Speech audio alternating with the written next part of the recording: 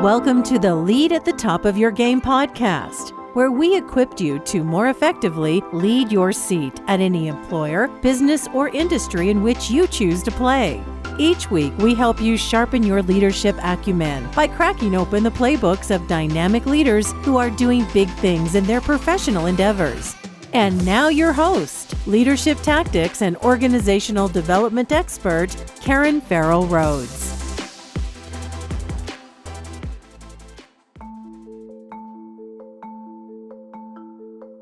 Hey there, superstars. This is Karen, and thanks for joining another episode designed to help you to better lead at the top of your game. Boy, am I doing the Snoopy dance today, because I am so excited to present you a whopper of an episode.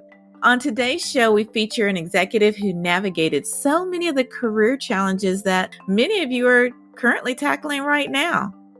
For example, first he climbed the corporate ladder at a major tech company to provide irreplaceable value, which impacted the bottom line. He also learned how to gain the visibility of decision makers and use the magic of social proof to achieve big, audacious goals. And he was able to create his own C-suite role at his current employer, which is amazing. Our guest today shares these stories and more, and we're so happy to have Johann Wrede, who is the Chief Experience Officer at Emburse. And Emburse is the global leader in spend optimization. And if you don't know what spend optimization is, it's like expense reporting, travel management, purchasing, accounts payable. I think you get the picture. But previous to this role, Johann was the Chief Marketing Officer at Exactly and the head of creative brand and advertising at SAP. So get your notebook out, because his stories are not only captivating, but they contain advice that you can implement tomorrow at 8 a.m. sharp. And as always, be sure to stay tuned for just 2 minutes after the episode to listen to my closing thoughts, Karen's Take, which is a segment where I share a tip on how to use insights from today's episode to further sharpen your leadership acumen. And now, enjoy the show. Hey there, superstars. This is Karen, and welcome to another episode of the Lead at the Top of Your Game podcast. We are so happy that you joined us again this week, and we have a fantastic episode and guests in store for you. We are so pleased to have on today's show Mr. Johann Wrede, who is the Chief Experience Officer at Emburse, who's a global leader in spend optimization. And if you're wondering what spend optimization is, it is corporate expenses like expense management, travel management, purchasing, accounts payable. I think you get the flavor there. But they have a suite of solutions that really help organizations of all sizes manage their spend. And previous to this role, Johann was the Chief Marketing Officer at Exactly. And before that, he was the head of creative brand and advertising at SAP. So boy, does he have some experience, and I bet some stories to tell. So welcome to the podcast, Johann. Thanks, Karen. I'm super excited to be here. Oh, we're super honored to have you. Well, we really want to dig into your background and experiences as a leader, especially as a C-suite leader, because a lot of our, audience members are either in corporate America or they're in the C-suite of smaller firms. So I know they're probably have their notebooks out. They want to learn the good, bad, and ugly of what you've experienced. But before we go there, for as much as you feel comfortable, we'd love to get a sneak peek into maybe a bit of your personal life. I live in beautiful Bedford, New Hampshire, which is a suburb halfway between Manchester and Nashua. For those who know the New Hampshire area, I live with my partner, Amy, and we have 2 kids. One's 20 and he's out on his own, and one is 17 and is a rising senior in high school. And all that goes along with the college search, we're in the middle of all that. I'm kind of a nerd. I have a lot of hobbies and interests that range from home automation. I love to play golf. I have an interest in wine and bourbon. And we could probably talk for the next 20 minutes about all the stuff I'm interested in. But I love to learn and try new things. You know what? I do too. I think we are kindred spirits. Number one, my husband would love to go golfing with you because he's a golf fanatic. And then number two, my dream one day is to be a sommelier. So, there you go. So I bet we could talk offline about a lot of our faves there. Well, it's glad that we're happy to have you on the podcast, Jan. So let us start cracking open some of the insights to your own leadership playbook. And to give it context, I'd love to hear about what you're currently doing at Emburse, and then maybe an overview of some of the what you did at SAP as well. Yeah, I guess I'll start with my role, which is an interesting new type of a C-suite role. So, Chief Experience Officer, some of your listeners may be wondering what the heck is that exactly? Right. And so at Emburse, the Chief Experience Officer is a hybrid role where I'm responsible for both the marketing organization and our customer success organization. And I feel really lucky because I had the opportunity to work with our CEO to define the role. And then I wound up being able to take the role. So that's like the most exciting part. But part of the thinking is that where companies often go wrong is they make promises to their customers that they can't necessarily keep. And that's often created by a disconnect because the teams that make the promises before the contract gets signed are often completely disconnected from the teams that have to deliver on those promises. And so by taking marketing, which is sort of the seat of the brand promise, it's where we write the messaging and create the positioning and we make all the glossy, beautiful things that tell you how great your experience is going to be, and putting that together with customer success, which is the team whose job it is to ensure that you get the value you were expecting to get. By putting those two organizations together, we now have a bridge. We have a bridge between the people who write the copy where we make the promise and the people who have to go out and keep that promise and talk to the customers and have hard conversations. We're already seeing, I've been in this role now for about 5 months, we're already seeing that bearing fruit because there are so many conversations happening between CSMs and marketers, and the marketers had no idea what the customer experience really was like. And the CSMs had actually no idea what marketing had to offer in terms of content and assets that they could share with their customers. Because oftentimes the people who evaluate and buy the product are not the people who wind up using the product. And so being able to connect the dots in both directions has already started to bear fruit. And that's why I'm so passionate about this role and about customer experience in general, because now we have a model that we can look at our business, we can use to look at our business in a different way. And that's exciting to see the benefit not only to the customer, but also to the employees. And that still makes sense because my listeners know my last corporate gig was at Microsoft. I worked almost 14 years there. And about half of the time there, I supported the sales division. And I still remember back then we had those separate, they were in silos. We had marketing, and then we did have a customer success unit. And there may have been some liaisons like every now and there, again, between the leaders of both, but they didn't work very close together.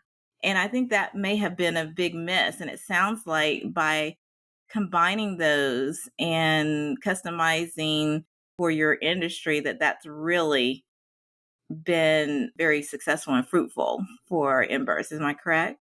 It is. I mean, well, we're 5 minutes into the journey, so Yeah. we're still in the early stages. But Yeah. I think even the mindset shift, because and when you think about the influence that the organization has beyond the boundaries of the group that I lead, right? Marketing does sales enablement. So the messages that marketing creates, the promises, are repeated by sales.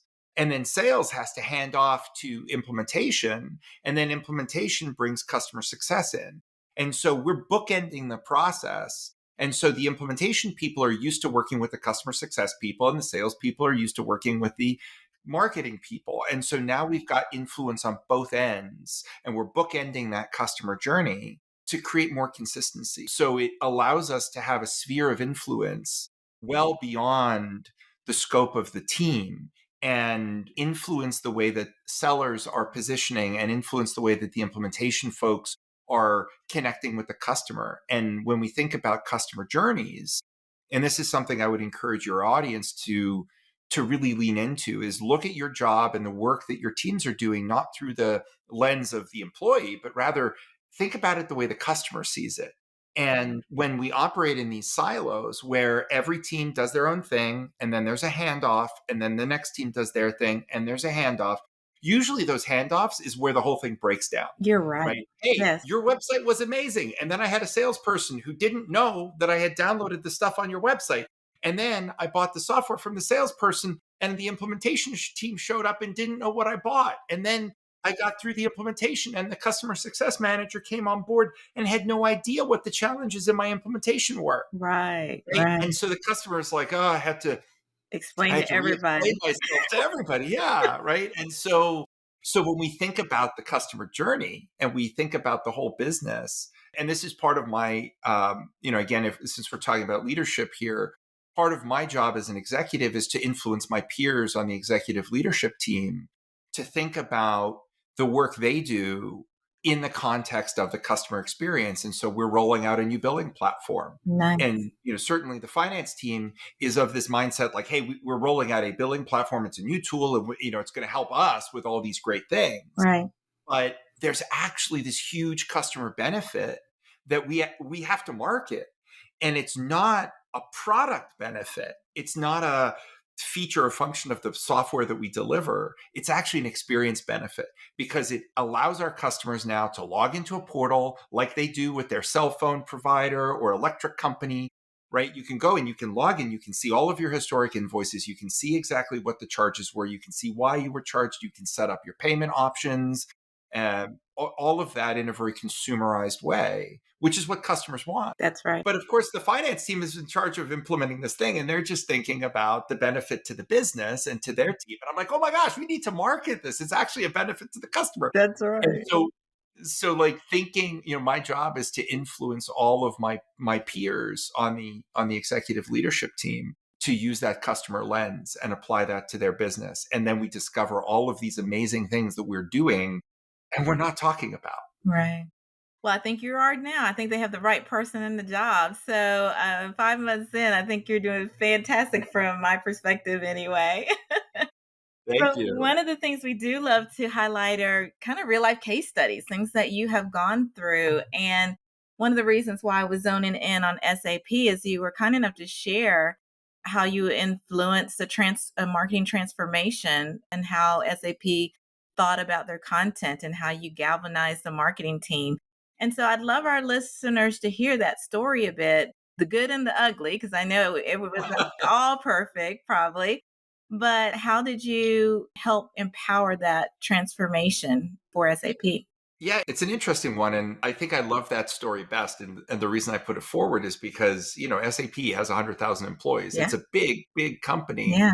Uh, Behemoth. you know, but yeah, it's, much like Microsoft. Microsoft is even bigger, right? And Yeah. so it's not often that you have a sense of being able to really influence an organization that's that big. Right. And I had the good fortune of being asked by our CMO to step into this job. It was, I think, 3 roles back at SAP Right. to build and lead a content marketing group.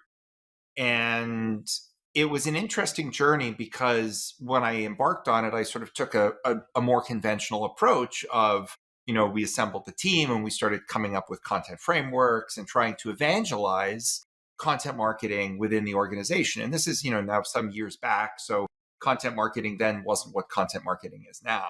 But very quickly it became obvious that a small group inside of a really big organization is challenged to have an impact.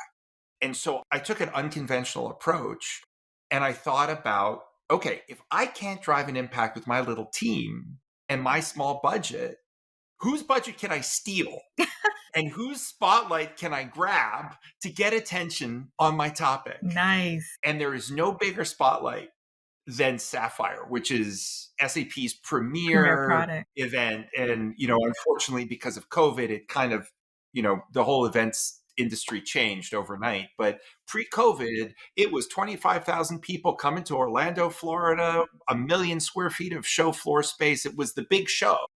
And I thought, okay, if I can influence this event And if I can transform the way that we use content, I will get because every marketer at SAP was focused on Sapphire because it was such a big thing for marketing. And I Right. thought if I can change the way we do content at Sapphire, that will influence everybody's thinking about the power of content and how to use content in their marketing efforts all year long. And so I found a really great partner in the global events organization, Nicola Kastner. She's a really dear friend of mine. And she was open and receptive to partnering with me to rethink how Sapphire got built. And we transitioned that event from being built as an experience to being built as a content showcase and fundamentally approaching everything from space design, agenda orchestration, show floor layout, like all of it, to act as the picture frame for the content rather than the way that the focus had always been. The event was supposed to be the star. And it really shifted everybody's thinking. We changed the rules on speakers that they had to come in with beautiful presentations and they had to have customers in their presentations and they had to tell stories. And so we really transformed the content and then we designed the show around the content, and it had a massive impact on the way that every marketer thought about the importance of content and the way that content, the consumption of content mattered. Because now we were designing an experience around the content. And for me personally, that suddenly transformed my role. And I was then asked to take over the leadership of global events at SAP Of course so that you we could were. drive that content thinking Yeah. into all of our events globally. Nice. And then after leading global events for a while, my CMO asked me to take on creative brand and advertising job because we needed to drive content thinking into our advertising and into our brand creative Right. so that we were emphasizing not just the brand because, we had seen commercials. The company had done all these great commercials with well-known actors, and people would still ask, so I saw the commercial, but what do you do? Right. And we needed to get the content into the advertising so people understood that it was about end-to-end business process and, ERP and beyond. And so it was a really interesting journey for me because I had co-opted this really big thing, which led me to my next career step and then my subsequent career step. And those are the things that ultimately prepared me for the C-suite and to leave SAP and become a chief marketing officer. Wow. I want to go back to when you all came up with that idea originally, having been and helped lead huge events like that. I can only imagine there was I don't know how much, but you have to tell us how much, some pushback because those big signature events for enterprise level companies, it's really hard to influence a mind shift or sometimes influence a mind shift around it because it is such a behemoth of a project or an event to carry off that any kind of tweaks have domino effects. So I'm curious, when you proposed the idea, did you ever get any pushback, and if so, how did you address it with your So colleagues? So my career got like I spent a lot of time in sales. So I used all of my selling skills. I used all of my marketing skills. And at SAP, we had a saying, we would form the coalition of the willing. And I had been there for, my career at SAP spanned 15 years. And so I knew a lot of people, I was a decade in, and I knew a lot of people in the business. And so I formed that coalition and I got people on board and had examples, looked for data, looked for insights. I had a really strong relationship with my CMO, and that certainly helped. But at the end of the day, it was about showing everybody how their objectives would be better achieved by taking a different approach and sort of saying, look, you can have the outcome that you've always had by doing the event the way you've always done it. Right. But understand, like, the industry is moving on. People are looking for a different kind of experience. And at the end of the day, the question we have to ask ourselves is this experience adding to all the work we're doing, right? Is the whole greater than the sum of the parts? or is it just another part? And in a world, I think maybe part of the benefit too was timing, because budgets were getting tightened. Yeah. We had an activist investor in the business, and everybody was scrutinizing expenses. And so part of my message was to say, you're doing all this work all year long in marketing, across marketing, but then everybody treats Sapphire as this one-off. It's like we build all this content for Sapphire, and then we put it aside and we go back to the regularly scheduled program. And that's not that like that's wasteful. It's like going to the grocery store and just using the plastic bags at the store instead of bringing your reusable bags, right? Like Right. we bought the reusable bag, we built the reusable bag for Sapphire. If we do it right, we can capture all of that content, we can reuse that content, we can repurpose that content. If you design it correctly, you're creating a live moment that's integrated into your digital motions, so that you can bring your audience on this journey. And suddenly now there's an opportunity to get that audience out in person, engaged.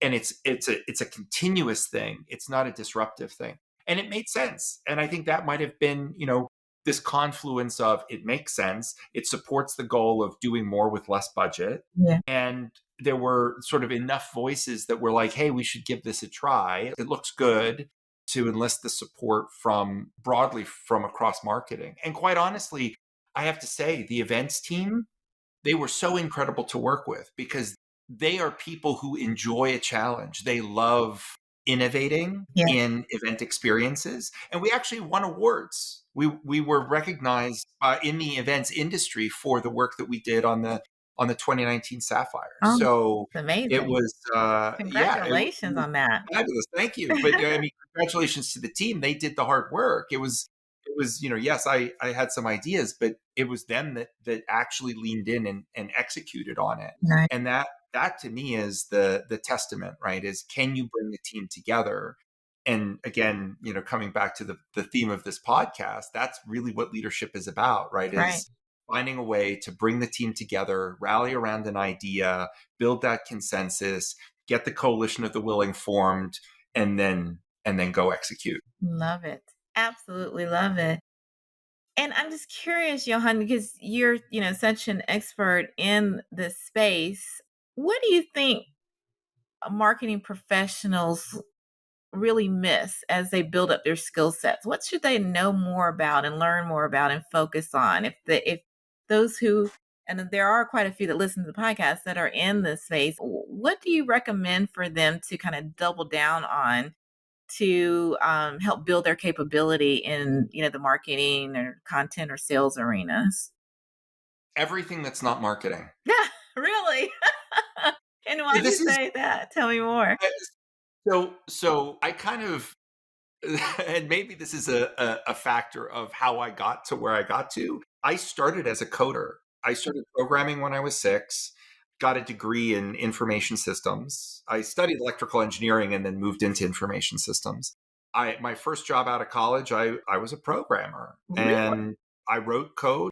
I went from writing software to implementing software to selling software and taking software to market. I was part of a go-to-market launch team for Business by Design, which was SAP's first cloud ERP product. And then I went into marketing after that. So I learned a lot about the rest of the business. And I think the challenge, if you're a marketer who has sort of come up through marketing, you've got a marketing degree and you worked in marketing and you've progressed, first of all, it's really important to understand all of marketing. So if you're like a demand gen person or a digital marketer, like, go learn events, go learn campaign development, go learn brand, understand the value of design, right? Get conversant in those topics. If you've already got a lot of that under your belt, like, get out there and learn sales, dig in with the sales ops people, understand the sales motion, go sit in and listen to people cold call. Like, I had to build a territory. I had to cold call my way to building a territory. So I have a huge amount of empathy for SDRs or BDRs who are out there pounding the phones, trying to get a customer to pick up and say, yes, I'll take a meeting. And that is what makes you valuable as a leader, because it's not only about sort of having a playbook or knowing how to run your function. It's about being able to look at the leader that's sitting across from you from a different team, from a different department, and saying, I deeply understand the pain that you're in because I understand the business processes and where the blockers are and what the challenges are. So I can help you. And if you don't understand the rest of the business, I think that's where that glass ceiling hits, where you're like, I've done all the right things. I once had a marketer say to me, I don't understand why I don't get promoted. I've been so, like I've really gone deep. I've like learned all this stuff and I've seen all these other people who've jumped around inside the company and done all these different things and they keep getting promoted. And I was my message back was like, do you think there's a correlation? Like the Hello. people sought diverse experiences and had different stuff and they were in marketing, they left marketing and they sold for a while, or they went into customer success and then they came back. And people who've taken those circuitous routes have picked up skill sets that go beyond their department, which makes them valuable because they can then interface with those other teams in a more authentic and more connected way. So that's my my urgent ask of marketers is like, get out there and learn more about what's happening outside the walls of marketing because it will make you a better marketer. I so agree with that, Johan, because, being in the, people strategy and talent fields, I've been, in a million of the rooms with the C suite when we're talking about what, what professionals or employees in the business are more valuable than others. And I'm sorry, listeners, we do have those conversations, business leaders do. And you're so right. The ones that get the added value tag are those that have a very diverse experience base and skill set and are able to apply it in different ways in the business. So definitely heed Johann's advice around that. Get out there, branch out, learn. And it's just not marketing. I would say any profession that you're in, if there are any segments or teams that you touch, get out there, job shadow, get to know them, and put the pieces of the puzzle together on how you can best increase your value and be of support because they will remember that. And that's what the higher ups end up hearing, and it definitely positions you for either promotions or at least new opportunities, to broaden your skill set. So totally agree. And to take us back to where we started, what's interesting is in this role, I'm learning something new. I've never led a customer success organization. Yeah. So no matter where you are in your career, old dogs can learn new tricks. But Not a day over if 21, Johan.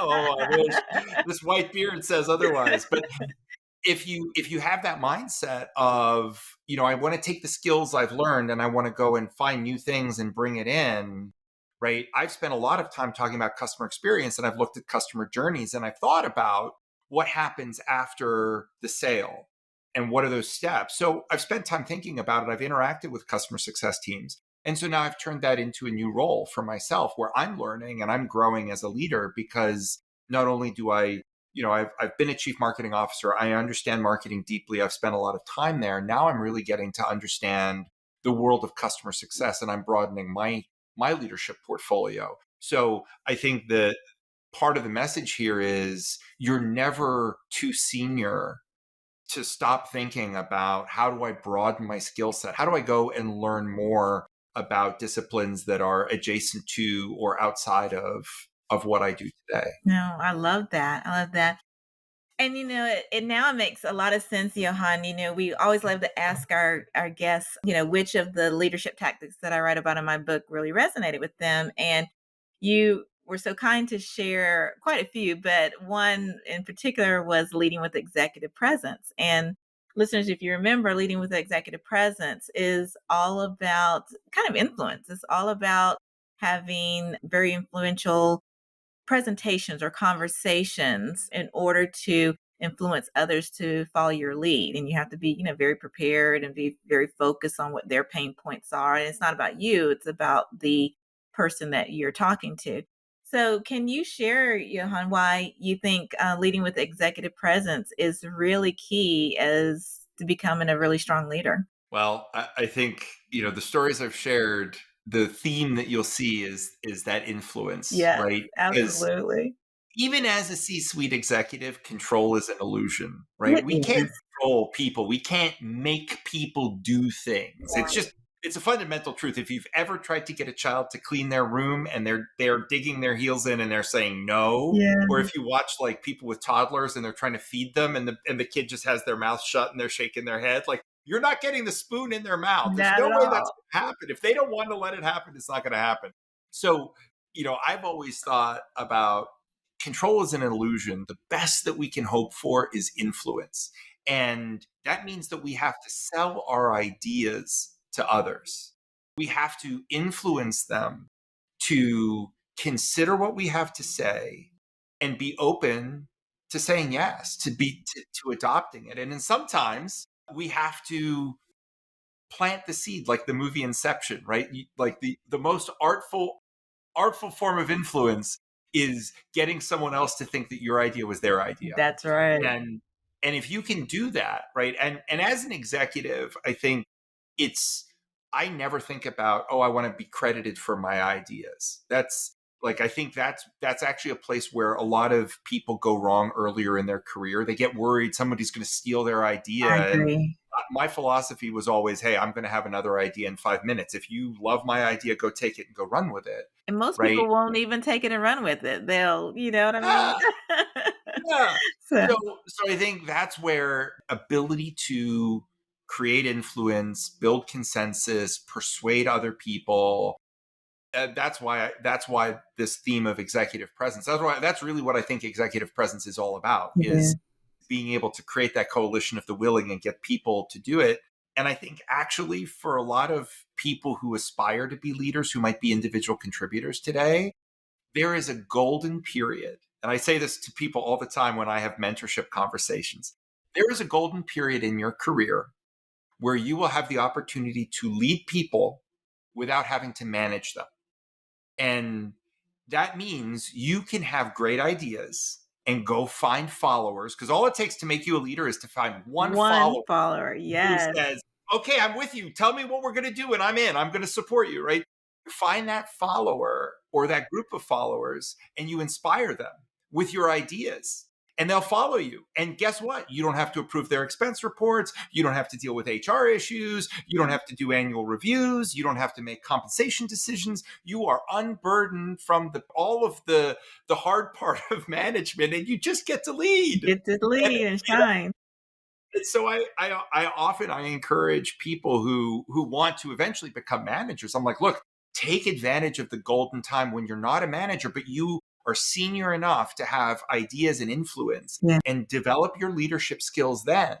Because if you get promoted into a management job and you're like suddenly having to plan budgets and having to manage vacation times and all the annual reviews and all the write-ups and all the check-ins with HR and all that stuff, you're going to have less time to actually lead. Yeah. And if you haven't built the leadership muscle, if that's not second nature by then, it'll be really hard to build both skill sets. So anyway, that's my advice on leadership and why executive presence is so important. Oh, well, thank you. That's priceless, Johann. Absolutely priceless. And I definitely agree with that too. Well, before we let you go, I got to ask you one last question. Because you are so accomplished, everyone can tell you're high energy, have a lot of insights.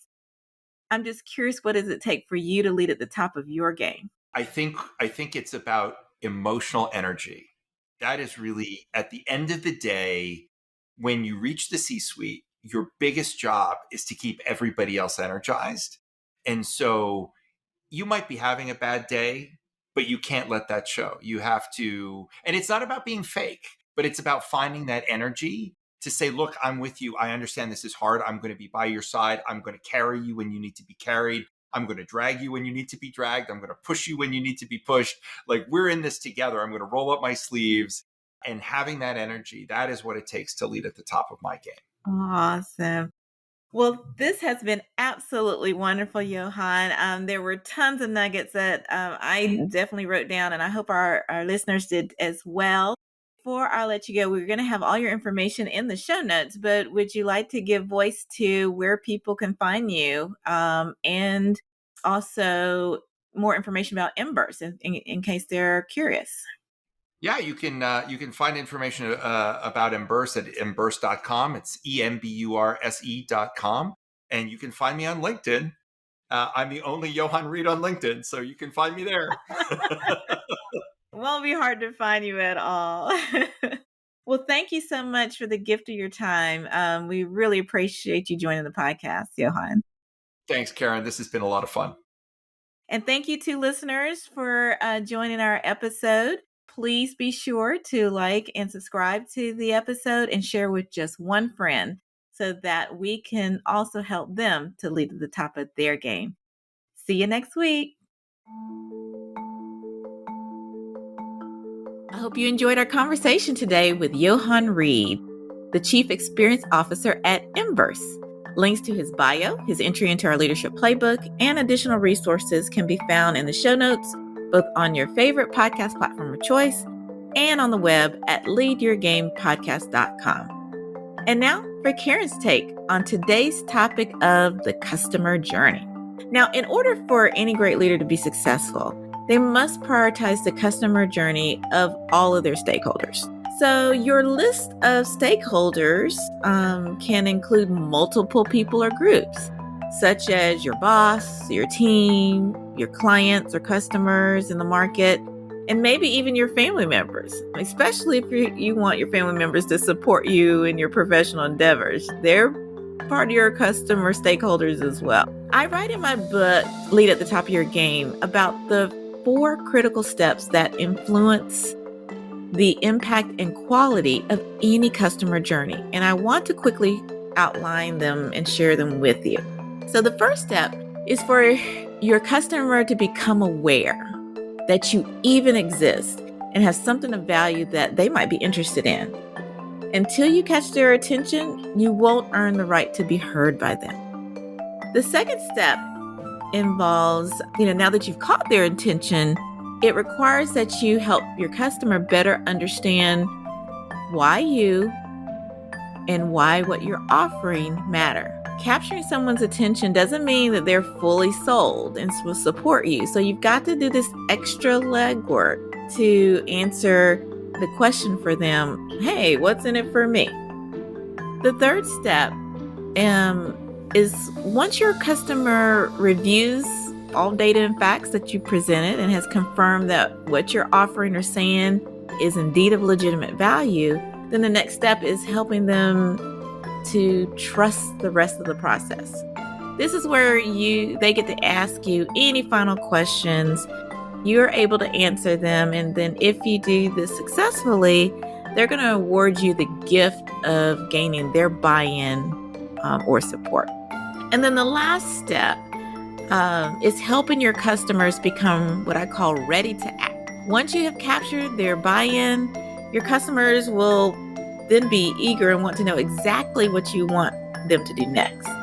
This is where you give them concrete instructions on what's next for them, like how to purchase your products or service, or what assignment that you would love for them to take on in a leadership effort. This is where you close the deal and you move them into action. Now, these 4 steps help you build a solid case for your customers of why they should follow your lead. And when done correctly, it's more likely than not that you will be able to sit back and enjoy the benefits of your hard work. Now, I hope this framework helps you to think more deeply about the customer journey of your own list of stakeholders. And if you'd like to learn more about leadership in action, we have more information on the web at developingyourgame.com. Thanks again for joining this episode. Remember to subscribe to the podcast and just share with just one friend, because performing this one selfless act will empower you to also help others to lead at the top of their game. Thanks again for listening, and see you next week. And that's our show for today. Thank you for listening to the Lead at the Top of Your Game podcast, where we help you lead your seat at any employer, business, or industry in which you choose to play. You can check out the show notes, additional episodes, bonus resources, and also submit guest recommendations on our website at leadyourgamepodcast.com. You can follow me on Twitter, Facebook, Instagram, and LinkedIn by searching for the name Karen Rhodes, with Karen being spelled Karan. And if you like the show, the greatest gift you can give would be to subscribe and leave a rating on your podcast platform of choice. This podcast has been a production of Shockingly Different Leadership, a global consultancy which helps organizations execute their people, talent development, and organizational effectiveness initiatives on an on-demand project or contract basis. Huge thanks to our production and editing team for a job well done. Goodbye for now.